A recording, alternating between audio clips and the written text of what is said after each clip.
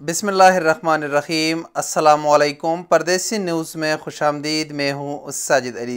इंशाअल्लाह आज रात 12 बजे के बाद पाकिस्तान, इंडिया समेत 6 ममालिक से सऊदी अरब के लिए डायरेक्ट फ़्लाइट्स बहाल हो जाएंगे और हमारे वो तमाम परदेसी भाई जो पिछले 9-10 महीने से अपने मुल्कों में फंसे हुए थे और फ़्लाइट्स बहाली के इंतज़ार में थे, उनका सऊदी अरब डायरेक्ट फ़्लाइट्स के साथ आना शुरू हो जाएगा। सऊदी हुकूमत ने डायरेक्ट फ़्लाइट्स के साथ एक शर्त भी आयद कर दिया है। वो शर्त है सऊदी अरब में इंस्टीट्यूशनल करंतना का। वो तमाम अफराद जिन्होंने सऊदी अरब से बाहर वैक्सीन लगवाया है, चाहे वो दोनों डोज हो, एक डोज हो या कोई भी वैक्सीन नहीं लगवाया, उनको सऊदी अरब पहुँचने पर 5 दिन का होटल करंतना कर दिया जाएगा। और वो तमाम अफराद जिन्होंने सऊदी अरब से वैक्सीन का एक डोज लगवाया है, उनको सऊदी अरब पहुंचने पर 3 दिन का इंस्टीट्यूशन करंतना करना पड़ेगा, जिस पर तफसीली वीडियो हमने आज से 2-3 दिन पहले तमाम चीज़ों पर तफसीली वीडियो बनाई है। आपको जिस भी खबर के मुतालिक मालूमात चाहिए, आप चैनल पर विज़िट करके उस सवाल के मुतालिक आप अपनी वीडियो देख सकते हैं। इंशाअल्लाह आपको तसल्ली बख्श जवाब मिल जाएगा। अब आप तमाम दोस्त जो सऊदी अरब का सफ़र करेंगे, उनमें से बहुत सारे लोग हैं जो एक गलती करेंगे उनकी एक गलती की वजह से उनको भी और उनके साथ काफ़ी लोगों को भी बहुत सारे मुश्किलात उठाने पड़ेंगे। उनमें वो जो गलती करेंगे उसमें उनको डिपोर्ट भी किया जा सकता है, चाहे आप उस गलती में क्यों शामिल ना हो, आपको डिपोर्ट भी किया जा सकता है।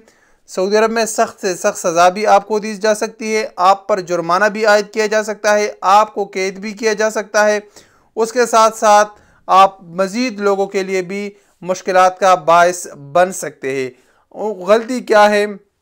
गलती ये है कि सऊदी हुकूमत ने जो करंतना का शर्त आयद किया है, बहुत सारे लोग इस चीज़ को नज़रअंदाज करेंगे। नज़रअंदाज कैसे करेंगे कि वो तो अपने टिकट के साथ करंतना का पैकेज ले लेंगे, लेकिन जैसे ही वो सऊदी अरब पहुँच जाए और उनका इमिग्रेशन क्लियर हो जाए, तो उसके बाद वो इस चीज़ का ख्याल ही नहीं रखेंगे कि मैंने 5 दिन या 3 दिन होटल में स्टे करना है। वो होटल जिसका पैकेज मैंने हासिल किया है, मैंने वहाँ पर ये अपने टाइम गुजारना है, ना कि मैं अपने जो मेरे एकामोडेशन है, मेरी रिहाइश है, वहाँ पर चला जाऊँ अपने दोस्तों के साथ।